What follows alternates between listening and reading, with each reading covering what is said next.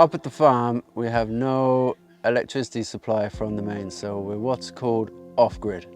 It was unfeasible to bring the mains down to the position we are here, so all our power comes from the solar panels above and a small wind turbine up on the hill. This is our inverter, which boosts our DC voltages up to the equivalent of the mains AC. So we can plug anything in just like you would at home, but it's run off the batteries.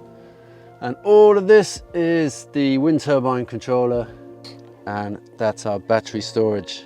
It's only a small system, 1.6 kilowatts of solar, about 400 watts of wind, and battery storage of 2.6 kilowatts each stack. So usable, it's slightly under that. So at least 4 kilowatts of storage anyway. That's all the power we have. It powers the whole farm. Now you couldn't go mad. You couldn't be using electric heaters and things like that, but charges all the laptops. There's an office there with all the laptops going. Everybody's phone gets charged. You have to put a lot more thought into how you manage your power. You can't just take power whenever you want to whatever quantity you want. You could have a few days with no wind and no sun, and you've essentially got no power. So you have to prioritize. Pumping water would be the number one.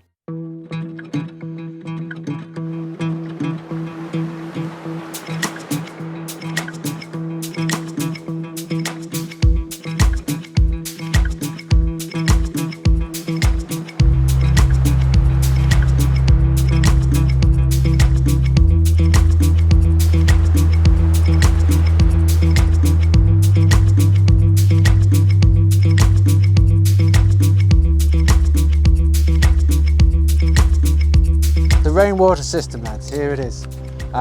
These are our tanks, our storage tanks. These are called IBCs. They're used in industry and commerce, so we pick them up secondhand. The rain hits the roof, collects in the tanks.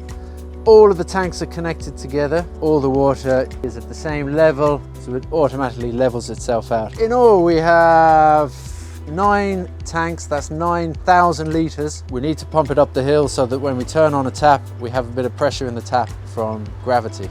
It goes into the shed, there's a connection here. Off into the shed, there's a pump running at the moment. I can hear it in there.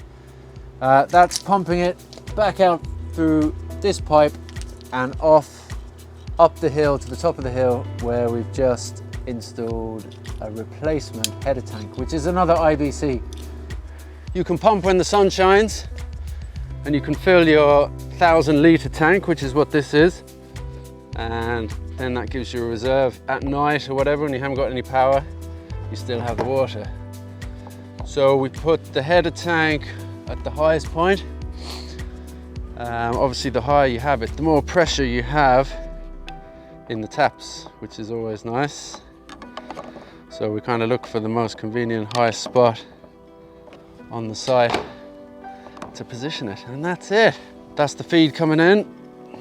We can have a look in at the float valve.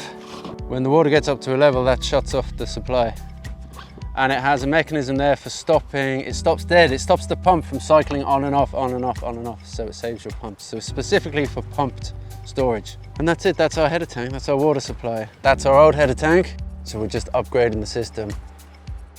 This does all our water needs, so it's the kitchen, washing up, it's water in the tunnels, all the places where we're growing, and just day to day, yeah, day to day. Oh, and showering, it's very important. They don't do too much of it up here, but it's powered by rainwater.